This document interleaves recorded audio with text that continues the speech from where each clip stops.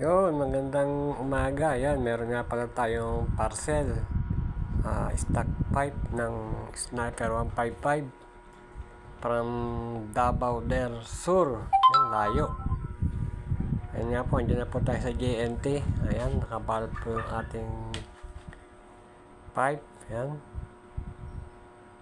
Ayan nga po, sinandal ko nga po dyan at hinahantay ko lang si Madam kasi busy pa, may ginagawa. At marami po kasi nagpapa-cash in, cash out. Ayan, no. Yan nga pala tayo nagpapaship sa JNT, sa Barangay Mapalad, papuntang Port Magsaysay at papuntang Tanawan. Ayan. Yan nga at habang nag-aantay tayo dyan at bibidyo-video muna tayo. Ayan, inibidyohan natin yung ating stock pipe na ipapaship. Ayan.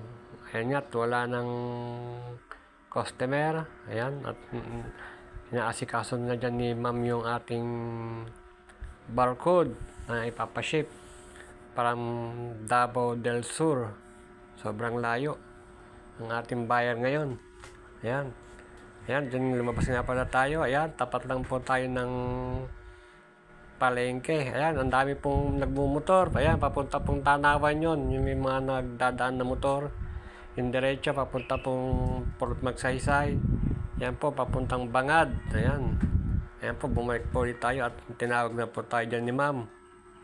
Ayan. Ayan nga po, inaayos na po ni ma'am yung level natin. Ayan, tumingin pa sa atin si ma'am. Ang ating palang shipping dyan is 275. Ang mura. Hindi katulad sa ibang JNT na ang taas ng shipping fee. Ayan nga, tinawag na tayo ni ma'am at para ibalot, doblehin ng balot ang ating stock pipe ng safe na safe. Ayan.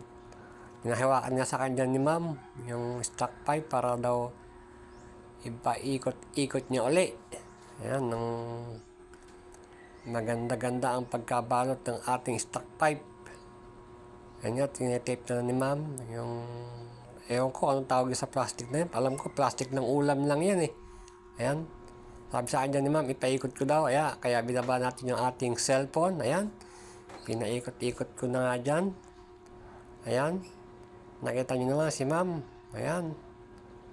Ayan pa. Sige pa. Paikot-ikot pa. Ayan.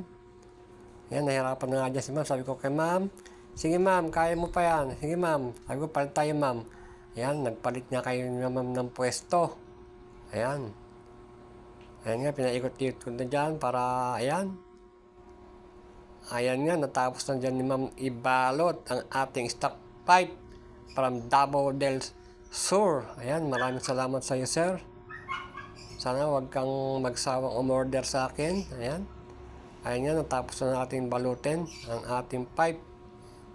Ayan, kinuha ko na ulit ang aking cellphone at hinawakan. Ayan, maraming salamat kay Madam.